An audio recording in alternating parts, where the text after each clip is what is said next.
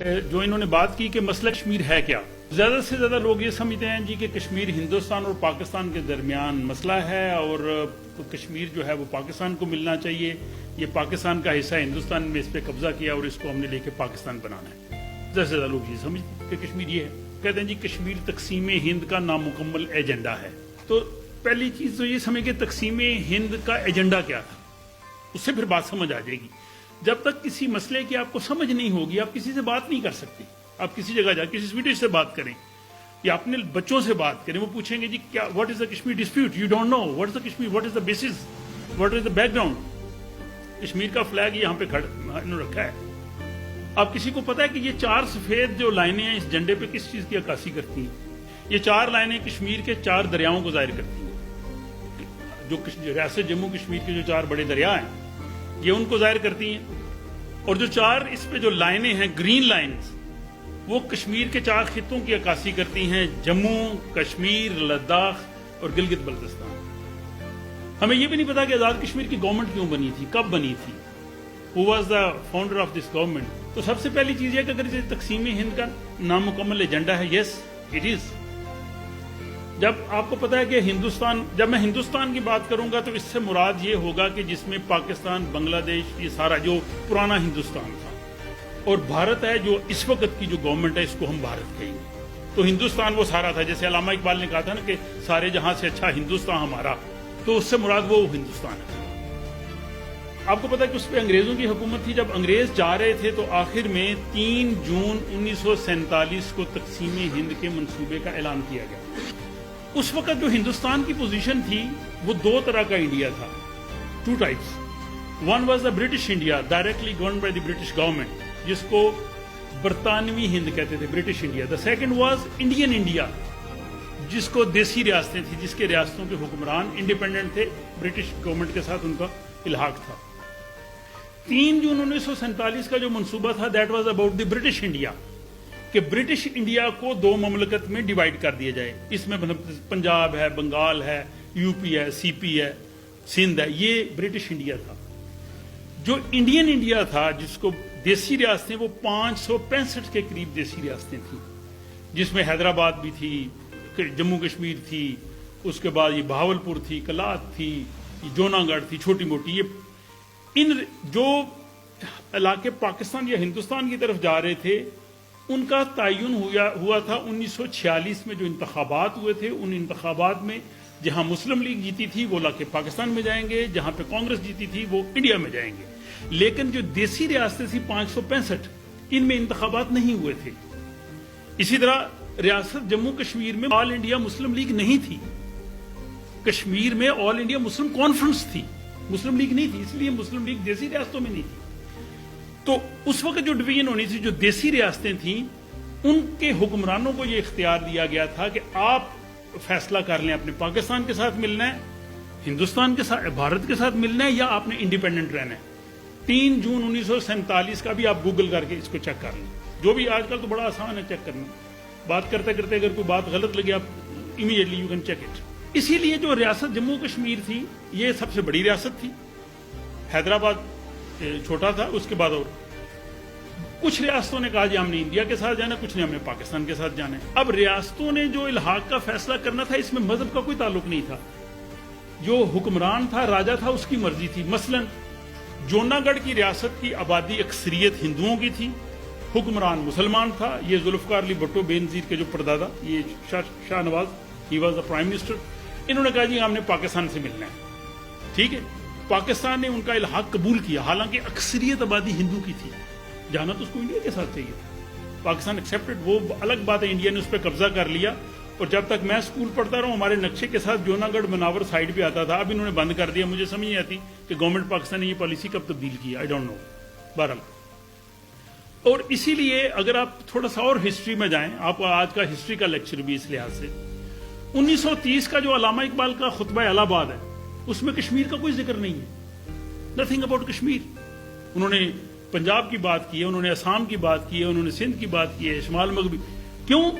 Kashmir British India میں تھا ہی نہیں، اس لیے اس میں ذکر نہیں ہے۔ اور اسی طرح 1940 کی جو قرارداد لاہور ہے، جس کو قرارداد پاکستان کہتے ہیں، اس میں کشمیر کا کوئی ذکر نہیں ہے، گھر جا کے دیکھ لیں، یا اگر آپ جائیں मीनार पाकिस्तान वहां पे लगी हुई ओरिजिनल।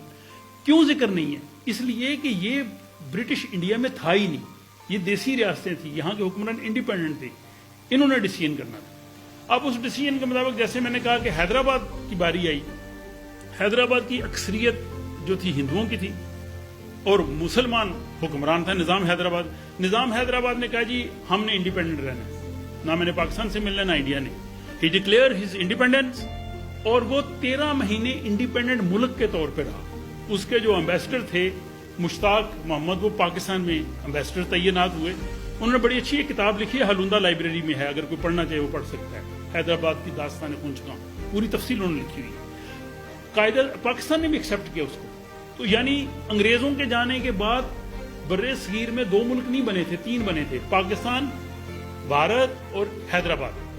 अब बात रहेगी कश्मीर की, जिसमें हमने बात करनी है। कश्मीर का मुआहदा था ब्रिटिश इंडिया के साथ, जिसको स्टैंड स्टिल एग्रीमेंट कहते हैं। उसने इंडिया से कहा जी मैं आपसे वही मुआहदा करना चाहता हूं जो मेरा बरतानवी इंडिया के साथ है। भारत ने कहा कि नहीं, आप पहले हमारे साथ इलाहाक करेंगे तब हम करेंगे। उन्होंने यही बात पाकिस्तान से की, पाकिस्तान एक्सेप्टेड। 12 अगस्त 1947 को कश्मीर का पाकिस्तान के साथ स्टैंड स्टिल एग्रीमेंट हो गया। कायद-ए-आज़म ने एज ए गवर्नर जनरल उसमें साइन किए। और आपको पता कि पाकिस्तान बनने के बाद रियासत जम्मू कश्मीर में 14 अगस्त को पूरी रियासत में पाकिस्तान का परचम लहराया गया यूनियन जैक की जगह पे, और चरागां किया गया, और महाराजा ने खुद पाकिस्तान के परचम को सलामी दी। ये तो हमारी नाहल है कि वो इल्हाक क्यों नहीं हो सका, इस पर तहकीक होनी चाहिए। कश्मीर मिला, हाथ से गया। उसमें फिर ये जो फेडरल महकमे थे, रेल था, खुराक थी, मवासलात थे, ये पाकिस्तान को मिल गए। सियालकोट से रेल जम्मू जाती थी, और मेरा तो घर ही वो उसके बिल्कुल सामने था सियालकोट में। वो रेल बंद कर दी गई महीने बाद, खुराक की सप्लाई बंद कर दी गई। क्यों की गई? ये कोई इस पर गौर तो करे। और फिर कबायली हमला करवा दिया गया जिसकी जरूरत नहीं थी, और उस कबायली हमले ने कश्मीर को तकसीम कर दिया। अब इसके बाद उसी डिवीजन के ही मौके पे कायदे-ए-आज़म से पूछा गया कि what's your opinion about the states, whether they have to choose India और Pakistan. He said no. Pakistan Times 17 June 1947, net पे देखिए मिल जाएगा, वरना मैं आपको दे दूंगा। हेडलाइन कायदे-ए-आज़म की, states can choose to be independent, option not limited India to Pakistan. तो इस लिहाज से अगर समझने की जरूरत है कि कश्मीर का मसला वहां के अवाम के हक के खुद इरादियत का मसला है। ये मसला पाकिस्तान और हिंदुस्तान के दरमियान इलाके के तनाजे का मसला नहीं है। अब ये इलाके का तनाजा बना क्यों, ये भी वजह की। अब पाकिस्तान खुद, हमारे फॉरेन ऑफिस वाले बार बार कहते हैं जी ये 2 तरफा तनाजा नहीं, ये आलमी तनाजा है। 2 तरफा तनाजा हमने खुद बनाया। पहली रेजोल्यूशन 12 अगस्त 1948 को यूएन की आई, सिक्योरिटी काउंसिल रेजोल्यूशन, लिखें गूगल में, 12 अगस्त 1948। उसमें कहा गया जी कि रियासत से पाकिस्तान अपनी सारी फौज बाहर निकालेगा, Hindustan a bulk of majority of forces बाहर निकालेगा। इसमें प्लेबिसाइट होगा, कश्मीरी से पूछेंगे आप पाकिस्तान से जाना चाहते हैं, हिंदुस्तान से जाना चाहते हैं या आजाद रहना चाहते हैं। ठीक। अब ये था इंटरनेशनल आलमी तनाजा। इसमें हुआ यह कि कायद-ए-आज़म साहब की वफात हो गई। उसके बाद कायद-ए-आज़म के नाअहल जानशीन जो आज तक हम पे मुसल्लत हैं, इन्होंने जो पाकिस्तान का हाल किया वो हाल इन्होंने कश्मीर का भी किया। कश्मीरी कई दफा गिला करते, मैंने कहा उन्होंने पाकिस्तान का कौन सा अच्छा हाल किया। 25 साल बाद को तो आधा उसका जिना का पाकिस्तान तोड़ दी इन लोगों ने। इन लोगों ने नई रेजोल्यूशन लेके आए 5 जनवरी 1949, जिसमें उसको इन्होंने कहा जी कि इसमें हम दोनों पाकिस्तान और हिंदुस्तान के दरमियान इनका डिसीजन होगा।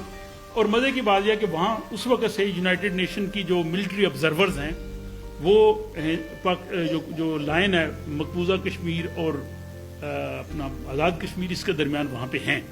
स्वीडन के भी हैं शुरू से, अभी भी स्वीडन के 5 फौजी वहां पे हैं मौजूद। अब उस मिशन का नाम क्या होना चाहिए था? United nation mission in Kashmir होना चाहिए था ना, क्योंकि वो कश्मीरी है। उसका नाम है United nation mission in India and Pakistan. तो 2 तरफा तनाजा तो हमने खुद बनाया। फिर इसके बाद जब ताशकंद मुआहदा आया, अभी इसमें चूंकि सेकंड पार्ट में भी कुछ मैंने बातें करनी है, लेकिन इसमें कश्मीर को खोने के पाकिस्तान ने इतने मौके ज़ाया किए। पहला, जब महाराजा ने इल्हाक कर लिया था कश्मीर का पाकिस्तान से, तो ये इल्हाक क्यों आगे नहीं चल सका? रेल किसने बंद की? खुराक वहां सप्लाई किसने बंद की? 1 नंबर 2, कोई ये बताया कि कबायली हमला क्यों कराया गया?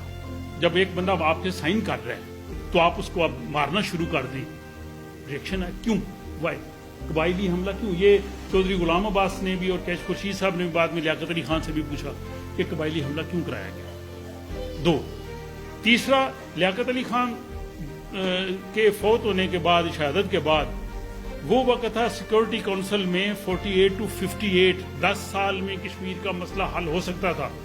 उस वक्त सलामती काउंसिल में नया मसला था, शोर गुल था। आपको पता है यूनाइटेड नेशन के जो सेकंड सेक्रेटरी जनरल है, ही वाज स्वीट, दाग हैमरशोल्ड। ये 1000 करोड़ का जो करेंसी नोट है उसमें इसकी तस्वीर है। He was the second secretary general of United Nations. इसने बड़ी कोशिश की, सही में बेचारे की डेथ हो गई। 10 साल में पाकिस्तान में इसने कुछ नहीं किया। 1962 में इंडिया और चाइना की लड़ाई होती है, आपको पता है, चाइना ने खूब फेंटी और वो ऊपर कश्मीर की तरफ ही हुई, ये मेजर साहब भी जानते हैं, आर्मी में। उसमें जनाब चाइना ने कहा पाकिस्तान को ये मौका है, दैट वाज द टाइम। आपको पता है पाकिस्तान ने क्या किया उसके जवाब में? हमारे सदर पाकिस्तान फील्ड मार्शल यून साहब ने इंडिया को दफाई मुआवजे की पेशकश की। उसने कहा जी हम आपको मुश्तरका दिफा की पेशकश करते हैं। इंडिया क्या, हुज अगेंस्ट, किसके खिलाफ? उसने कहा जी अगर कोई भी सब कॉन्टिनेंट पे बाहर से हमला करेगा हम मिलके लड़ेंगे। ये था, और ये 62 में किया। 3 साल बाद इनको जोश आया, इन्होंने ऑपरेशन जिब्राल्टर अपने फौजी को दाखिल कर दी लड़ने के लिए। 65 की जंग शुरू की, अभी यौम दफा भी मनाया। मुझे तो ये समझ नहीं कि जंग हमने शुरू की, वी स्टार्टेड इट।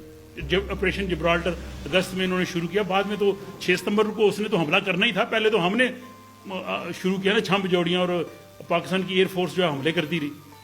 उसके बाद जंग खत्म हो गई। अब मुआहदा जाके ताशकंद हुआ। ताशकंद से क्या मिला पाकिस्तान को? What we gain. और उस मुआहदे में कश्मीरी शामिल नहीं। जिनके लिए लड़ाई हो रही है उनको तो उसमें शामिल करो। इसके बाद 71 की वार हुई, वो तो ज़ाहिर ईस्ट पाकिस्तान पे हुई, और उसमें भी जो मुआहदा हुआ, अब उसमें पाकिस्तान ने आके ये किया। ठीक है, उसमें मजबूरी भी थी, फिर भी मैं समझता हूँ कि भुट्टो साहब बड़े मुश्किल हालात में गए थे, लेकिन उसमें यह कहा जी कि हम कश्मीर को आपस में बैठ के सॉल्व करेंगे। ये हमारा 2 तरफा मामला है।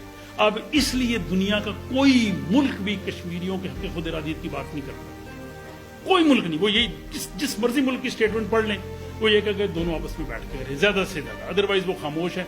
ज्यादातर तो ये कहते हैं कि ये इंडिया का जो इंटरनल मामला है। तो मेरा ख्याल है कि इस पॉड का मेरा टाइम अब खत्म हो रहा है। इसके बाद अगर दोबारा मौका मिला तो फिर मैं इसको कंटिन्यू करूंगा कि ये मसला आज तक हल क्यों नहीं हो सका और इसके पॉसिबल सोल्यूशन क्या है।